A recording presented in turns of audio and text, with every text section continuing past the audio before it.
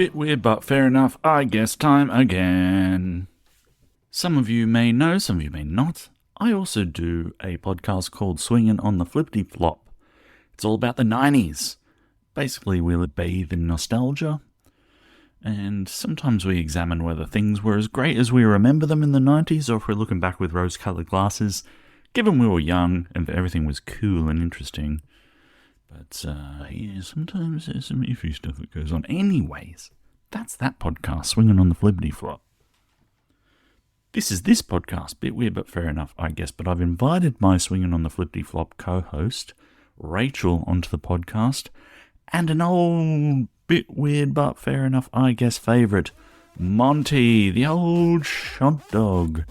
And we're going to look at some stuff that was a bit weird and is 90s related in this crossover episode. The 90s were a bit weird. Take it away.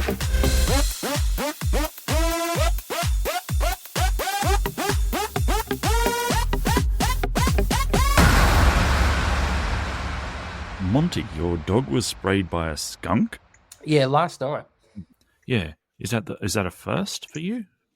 Yeah, absolutely first for me.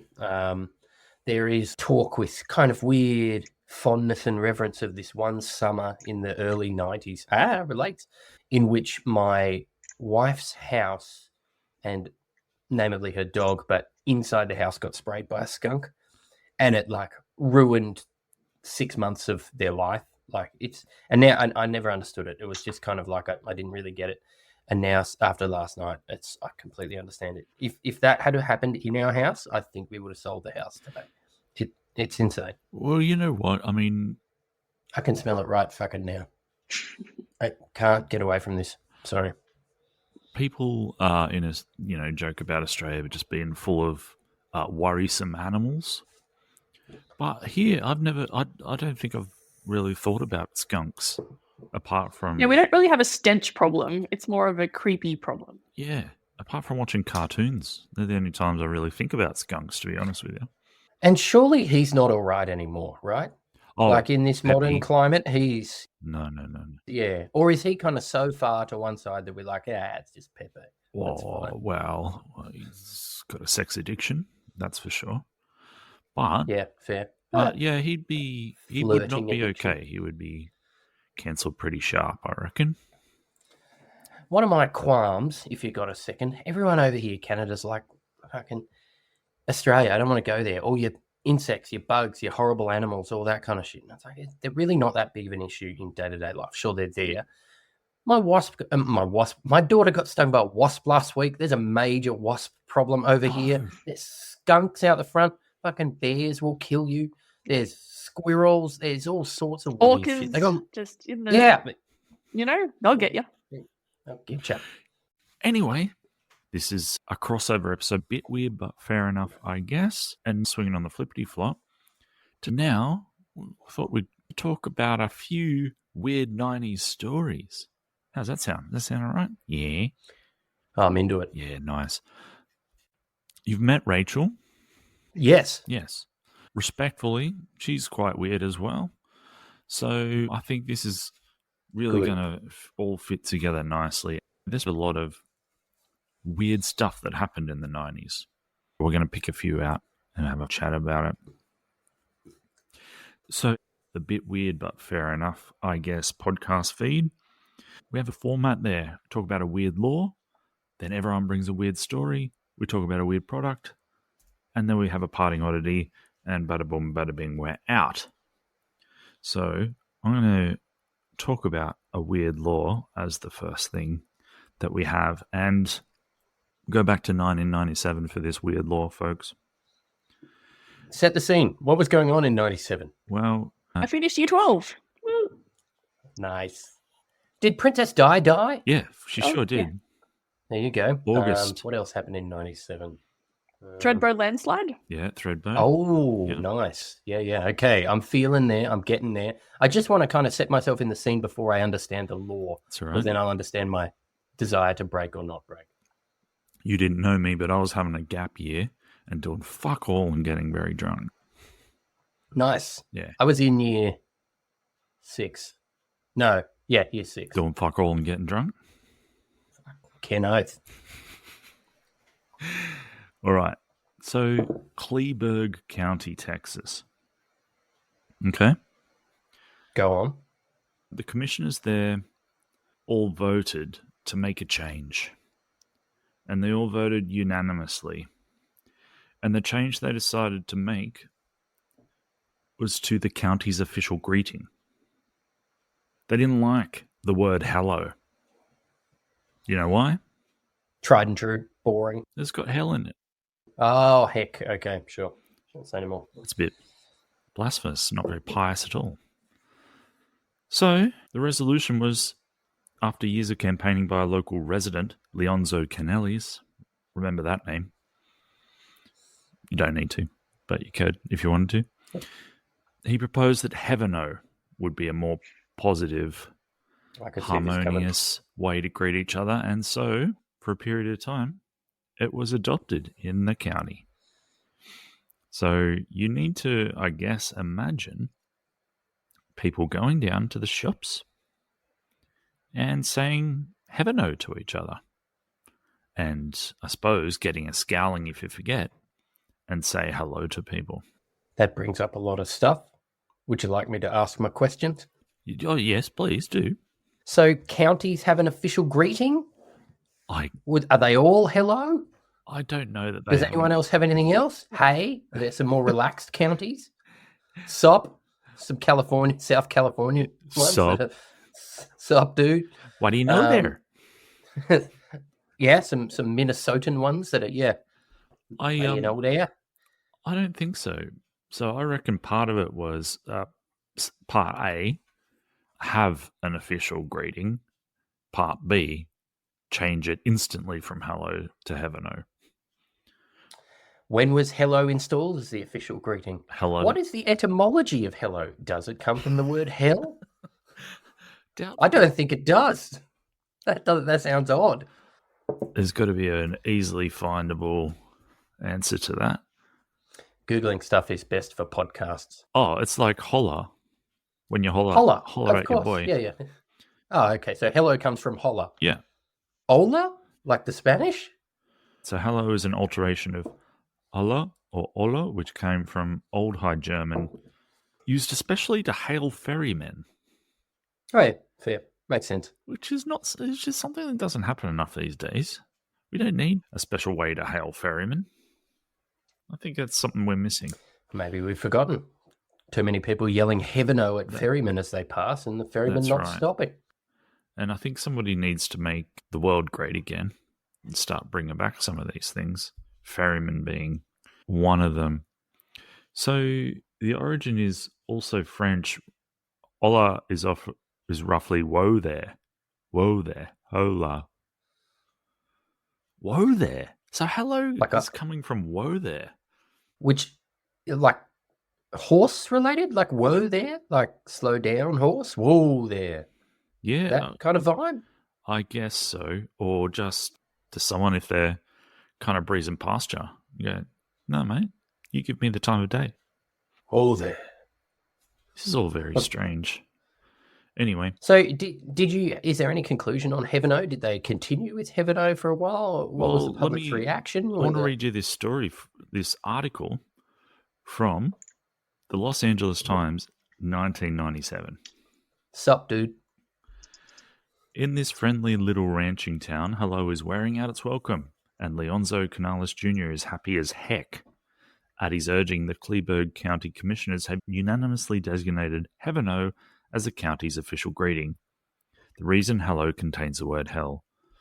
When you go to school and church, they tell you hell is negative and heaven is positive, said the 56-year-old Canales, who owns the Kingsville Flea Market. I think it's time that we set a new precedent to tell our kids that we are positive adults. The new salutation, according to the county resolution, is a symbol of peace, friendship, and welcome in this age of anxiety. On Thursday... 97, an age of anxiety. Exactly. Did they know what's coming? Yeah. Did they know about Y2K then? Yeah, right. Maybe it would have been early inklings of Y2K in 97. Yeah. But man, they have something coming for them. On Thursday, courthouse employees were answering the phones with Heaveno, And the Chamber of Commerce was working on a campaign promoting Kingsville, a Rio Grande Valley town of 25,000, as a heavenly place to visit. I'll say this is just a tourism angle. Yeah. Is any of what you have described actually a law? Well, do commissioners not have legal standing to change things? I'm only really familiar with commissioners of Major League Sport, and I don't think that's who this is. Well, the courthouse employees were doing it. That's as close as you can get to a law place. So That is as close as you can get to a law place. So you have to imagine it kind of petered out. Maybe when the tactic didn't really work of bringing people to the county so they can hear someone say heaven no. Really shunned Satanist tourism, didn't it? That's stupid. That's really stupid. Satanist tourism or the stupid? No, Greek just thing? saying heaven no. Imagine what Yeah, a dick you'd feel like. Heaven, oh. Yeah, it sounds terrible. Yeah. Well, while I'm on a run here, I'm going to give you my little story. Please. So, have you ever been driving along, right? And Yes. thought, fuck me, I need a dinger quick. Oh, yeah. Yeah. Not for a while, but yes. I need... I really need a... Is Rachel still with us? Yeah, this is fascinating. Oh. Okay. All right. Is that it? Fantastic.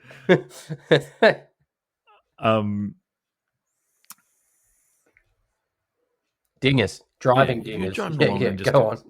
Yeah, just need... Oh, fuck, I need a condom real fast. Well, in 1992... in Cranston, Rhode Island, if you were thinking that, you would have been in luck, because the world's first ever drive-through condom store was open, much to the anger of a lot of the heavily Catholic Italian residents around there. Heaven, oh. Yeah, I really do have a theme going here tonight, don't I? Yes. Here's an article for you. New condom store stokes passions. If you're looking for a risky business venture, follow the example of Emanuela Del Vecchio, 32. The one-time Pan Am flight attendant has moved into a former shopping centre photomat kiosk. There you are. That's 90's. In the middle of an Italian Roman Catholic neighbourhood and opened a drive-through condom store. Even before the condom hut opened in Cranston, Rhode Island, vandals splattered it with paint and broke a window. Del Vecchio, who owns a nail salon in the same shopping centre, says she considered selling cigarettes or lottery tickets, but chose condoms after seeing a TV show about the success of such a store in New York City. So that's not even like an original idea. I stole this idea.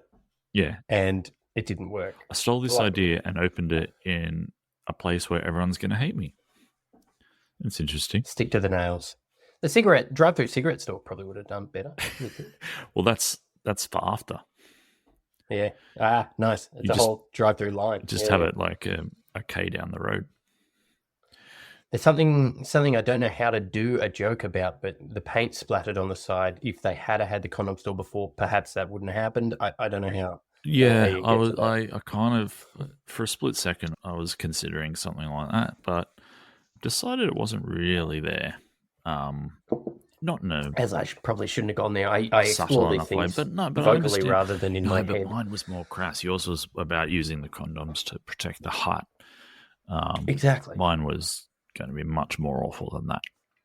Stuart, Rachel, what's the weirdest drive-through stores you've ever seen or been to? We have drive-through stores here. Fair. Have you guys got drive-through Subway over there? No, I don't. Not that We got drive-through Subway here. I was standing next to one yesterday. I didn't go into it. Weird thing to say. But I was watching it and I was like, this is going to be too long. And surely it was. Like, they were standing there for quite a while. Like, you got to really be specific about your order and then you got to wait. I think it's insane that you can't legally walk through a drive-through. I know. It's fucking ridiculous. Is that a legal thing or a policy thing from the stores?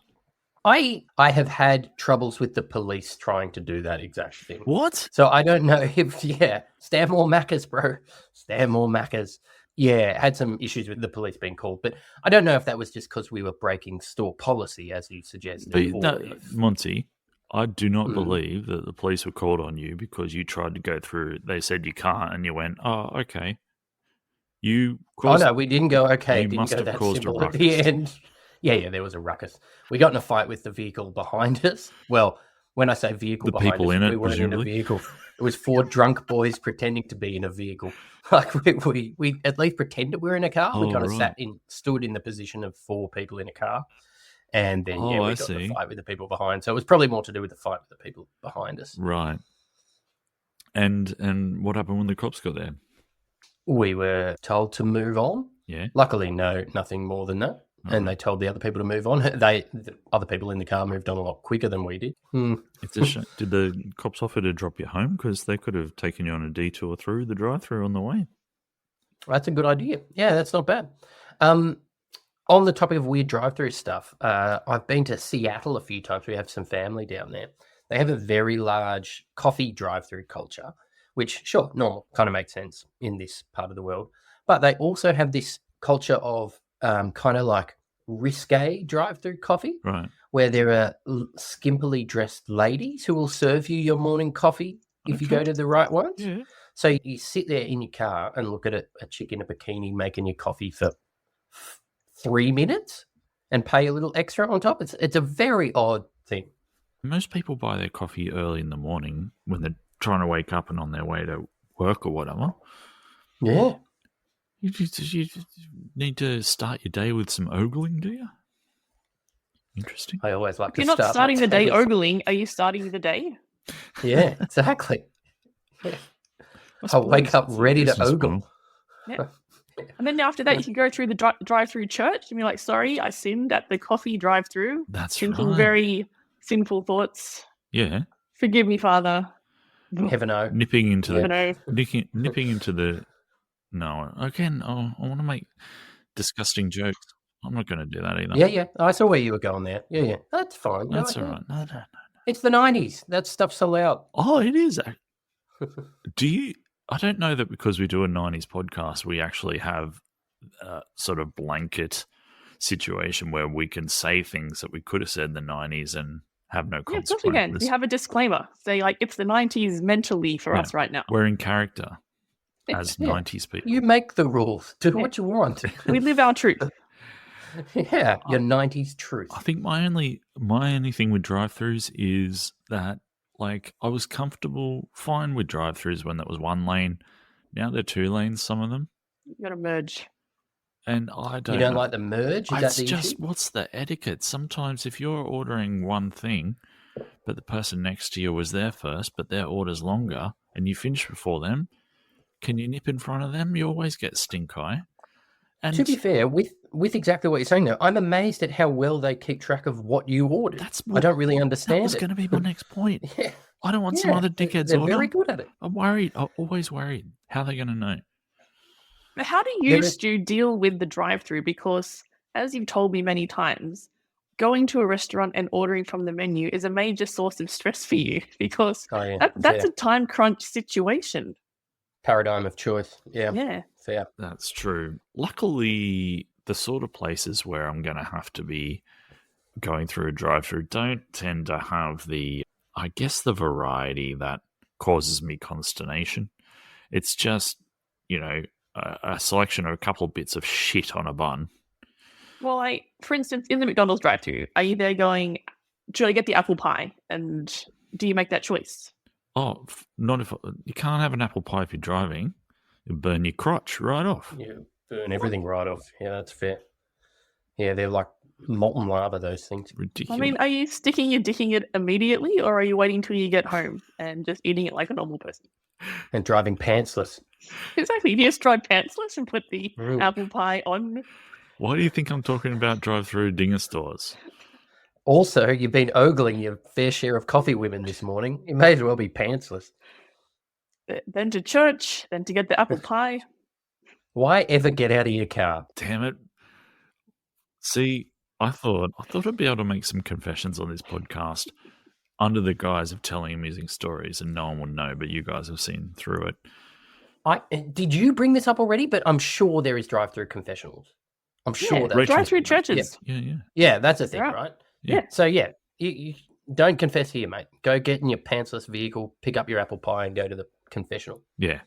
Then I you don't know if go you through meant- the drive-through, stick your dick out, get it all cleaned off at the car wash, start the day. Oh, okay. I thought that was a confessional. I was like, I don't know what your confessionals are like, but Yeah.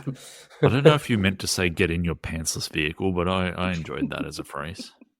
I quite like it. Yeah. Yep. Episode name, Pantsless Vehicle. Fantastic. Anyway, the dull end to that story that I brought up was that she eventually closed it because of people hating her guts. So turns Fair. out The world wasn't ready. world wasn't ready for the kind of safe sex message that she was trying to put out there. Auto-based safe sex. Yeah. message. Luckily, the Catholic Church has come a fair way since that time. Hmm.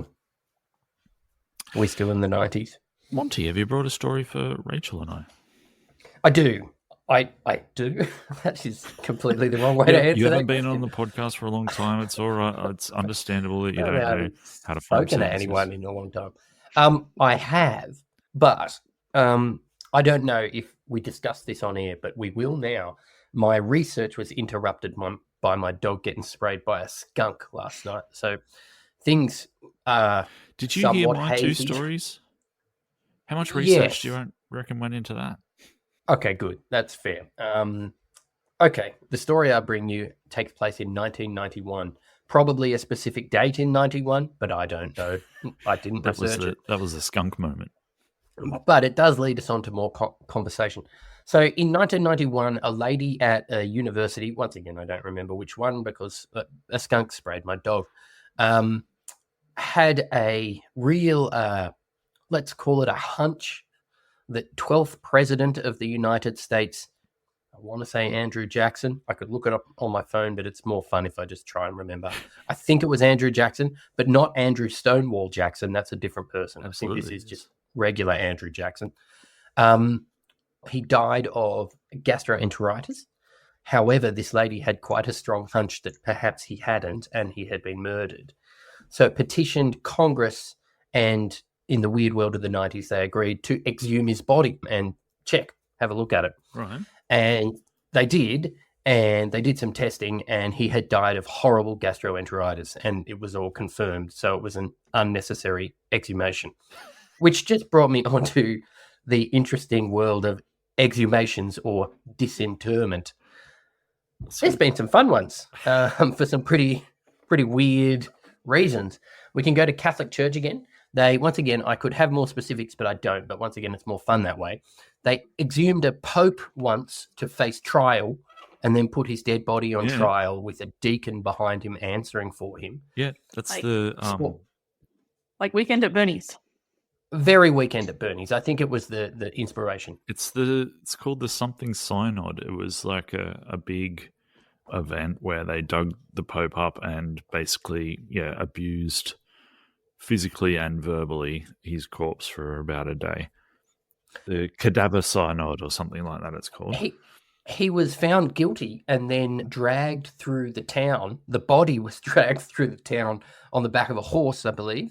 Yep. And then there was some more punishment committed to the body, which feels a little un-Catholic. I don't know. It's very odd. Has been mentioned go on the on. Bit Weird But Fair Enough podcast before, actually. There you So go. there you go. But not by you. They disinterred, I want to say, Haydn, the composer, because he was, and this is a fun one, he was buried in one town, but also he was a kind of bloke similar to me, two hometowns now, right?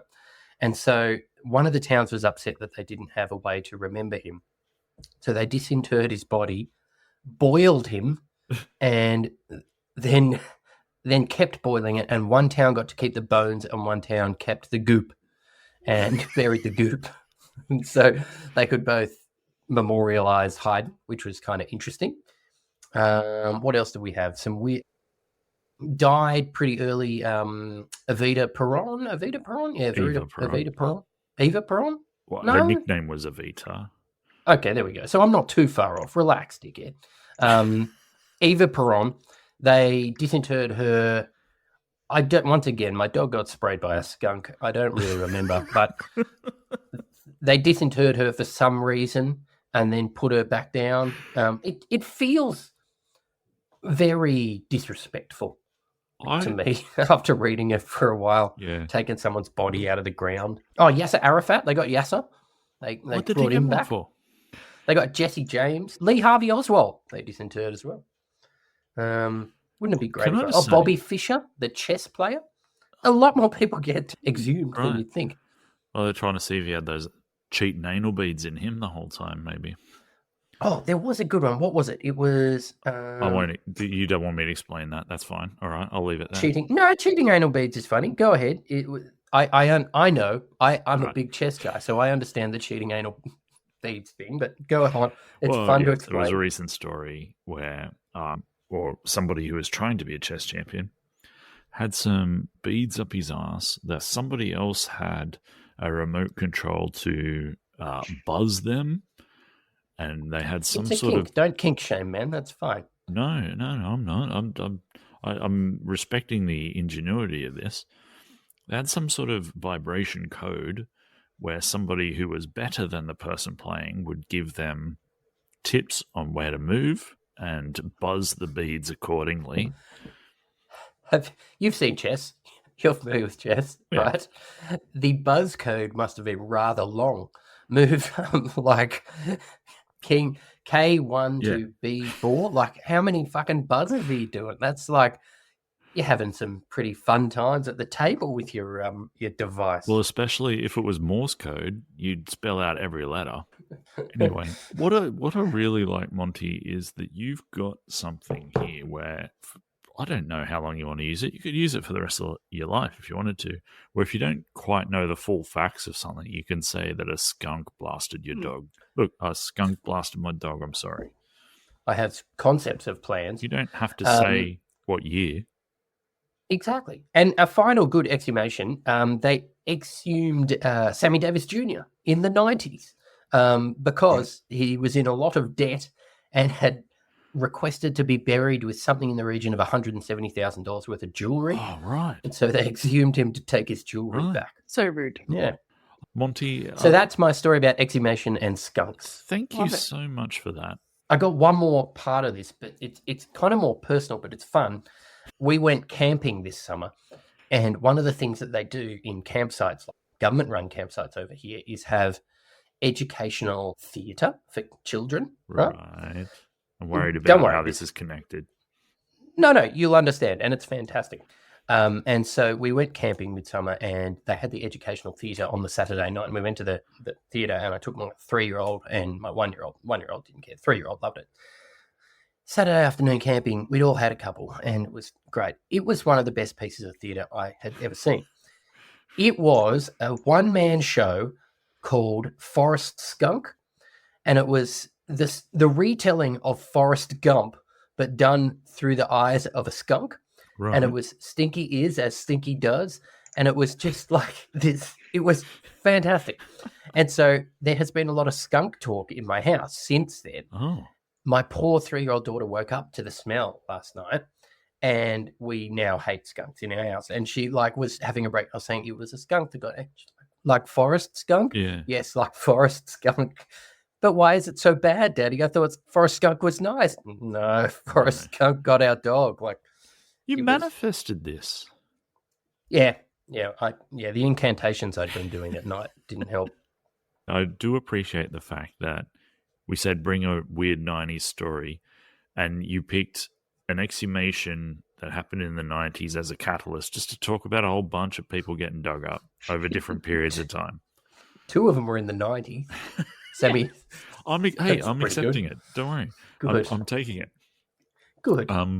That would probably be quite far down the list of categories I expected of story from you, but that's fine. That's also very What was at the top? well, I don't know, some sort of weird Canadian character who did something zany, like Oh, yeah. You know. Sure, there's that.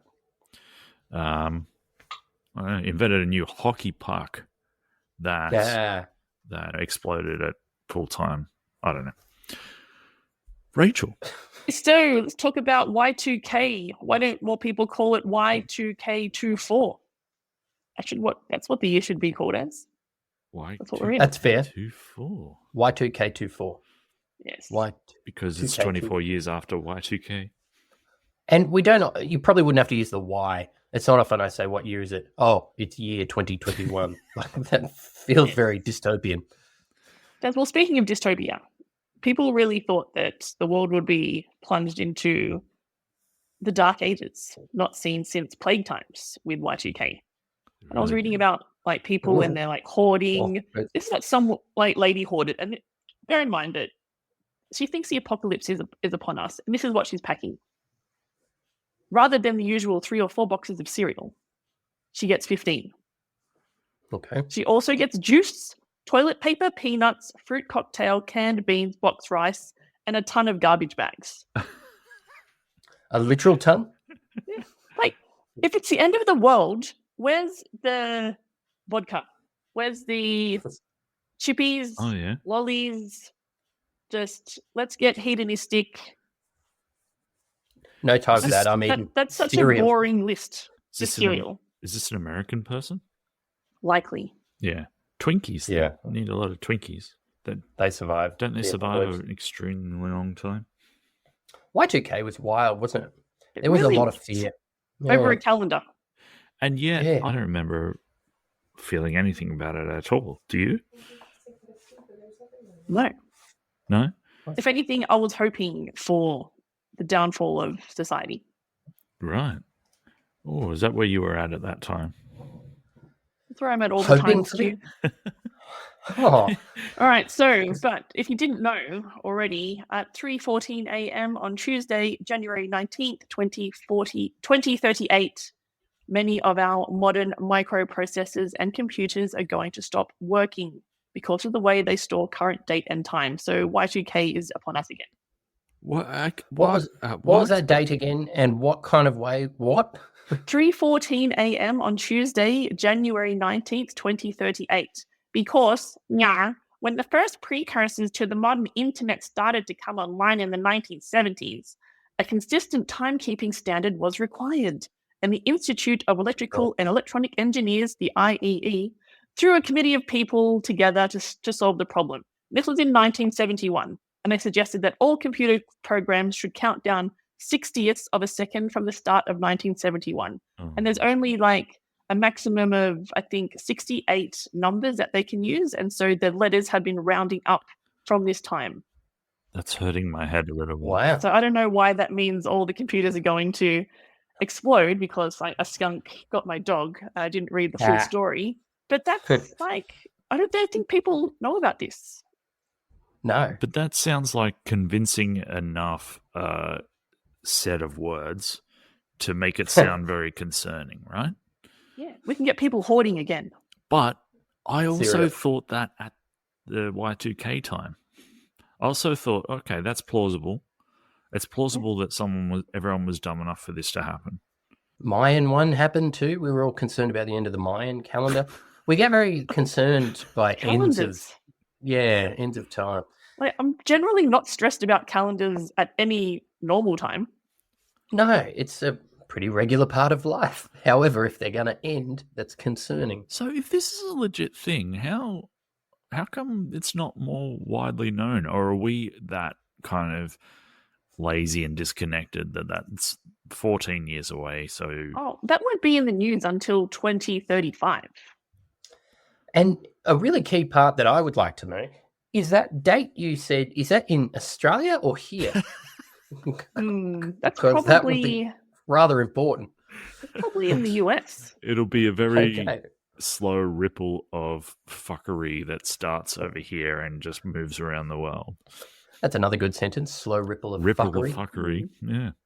I wonder, is that UTC that you are talking about? Universal Time Code that they created?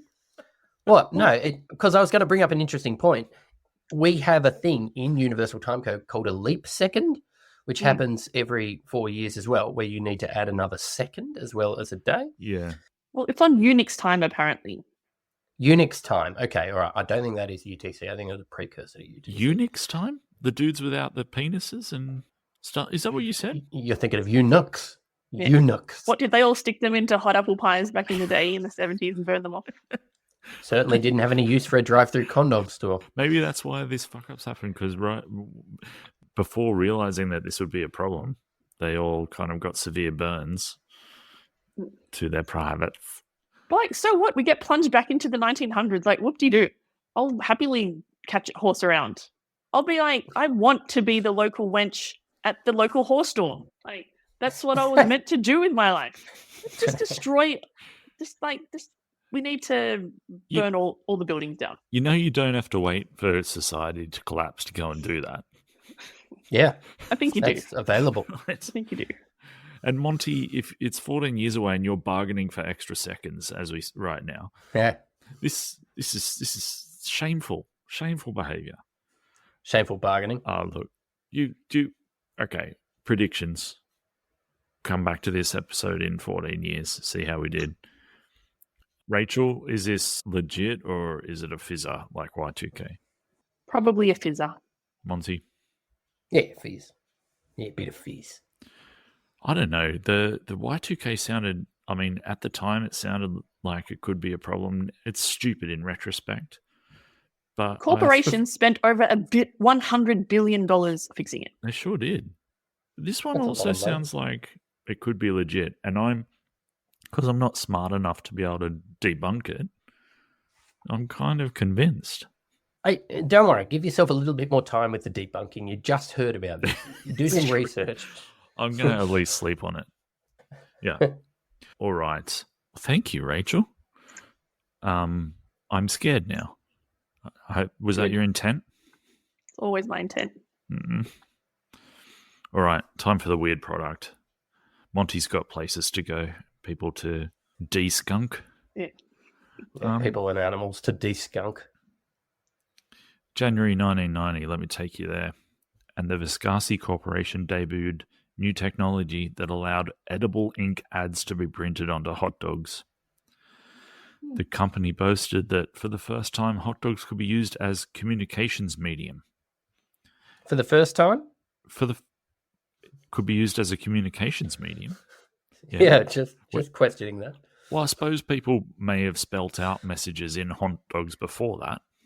You ever thrown a hot dog at someone? I think you're sending quite a clear message with that. That's true as well. I mean, there's been a lot of baseball games before this where crowds might have made their feelings known as well with hot dogs. Call them whitey whackers. Yeah. Fuck off, mate. Sorry. Well, that was odd. Did you hear my fat ass cat hitting the floor then? At least he hasn't been got by a skunk. No, it's taken to just going up on the kitchen counter and just scabbing any bits of stuff it can find. I didn't know that cat spoke English, but you got the message then too. It wasn't even on a hot dog. It's more of the vibe. They get the vibe. It was suggested that hot dog advertising would be a great way for companies to target messages at children. That's nice, isn't it? Hot dog advertising is fantastic. And establish brand preference early. Don't you love that kind of advertising speak? Establish brand preference early. However, the company found no takers for its hot dog ad technology, and one manager noted, "Our hot dogs are already cooked and in a bun and wrapped when they're sold." Get out of here. Our hot dogs are already cooked, you idiot. Most people wouldn't see the message. So, again, like saying heaven no, like the Condom Hut, drive-through Condom Hut, like Y2K, is fizzled out as well. A lot of stuff's fizzling out into nothingness. Not my one. The bodies that were... Exhumations were fine. They were good. They were trying to exhume as well. Succeeded. All themed nicely together. All right, let's get out of here with a parting oddity. And in June 1998, during a routine check, police stopped a man in Colchester, Essex, and discovered that he was wearing Wellington boots filled with baked beans in tomato sauce. The officers never found out why he was doing this, but warned him that he should wear more appropriate footwear, since boots full of baked beans could cause him to be distracted and have an accident. That's definitely an oddity. It's definitely odd. And do they have that warning written down, just like they have the Miranda rights written down, just so they can word it absolutely correctly when they have to tell people that? After it happens once, they have to have it written down, so they remember to tell people. Do the boots have it on them? Do not fill with baked beans. Well, he never saw it written on a hot dog. So how was he supposed Baked to know? beans in this continent are a dinner food. It's very odd. Say that again? Baked beans in this continent are a dinner food. Right. They are not a breakfast meal. What would you... They're usually combined with ribs. Where do eggs sit? Eggs are versatile. Yeah, what would you accompany baked beans with? Well, usually I've been served them with ribs here. What the fuck is going What on? the hell? That's what I said loudly to the waitress as she delivered them. The fuck is this? Ribs and beans? Yeah. Strange. Yeah. I mean, Yeah, and I keep trying to prosecute the idea of baked beans at breakfast, and everyone looks at me like I'm a madman. You're a sane man in a crazy land right now. you should have led with this. We wouldn't have had... I mean, I Thank waffled you. on about Well some put. idiot saying heaven no for a while. You could have led with this. This continent's The got their weirdest shit I've heard all evening. food times wrong. Yeah. Yeah, it is weird, isn't it? Yeah, weird to me, yeah. I mean, these are from people who, have lard on chips. Who are these people? Which people are you talking about? Canadians. Poutine's basically lard. Well, it's not much of a lard factor. There's a bit of gravy. Don't correct me on my own podcast. Okay, fair. Either way, baked beans at dinner, ridiculous. I'm upset by that. Yeah. I'm sorry. More so than, Exhuming Sammy Davis Jr. Exactly. the 14 years I've got until society collapses. How many exhumations can we do in that time, though? Fair Yeah. whack. Everyone. Yeah, Dig them all up. get them all back. Get that gold.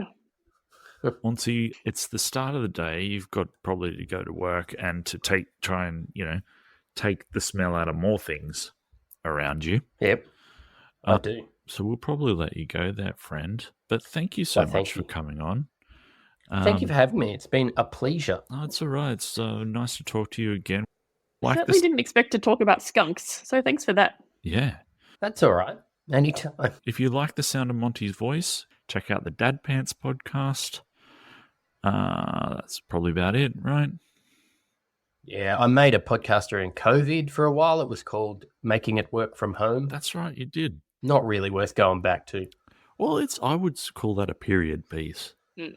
It Yes, was there you go. Nice. It was very reminiscent of the conversations people were having in lockdown, like look at the dog, look what the dog's Yep. doing, that kind of stuff. Rank your 5 top condiments Yeah. every episode. Well, your wife's Canadian, so it would have been baked beans for all of them. Yeah, there interesting. you go. Ribs. Interesting condiments. I'm going to leave now before I overuse that joke. That's fair. Thanks, Monty. Thanks, Rachel. And thanks, everybody. Thank you all. Thanks, friends. Okay, bye.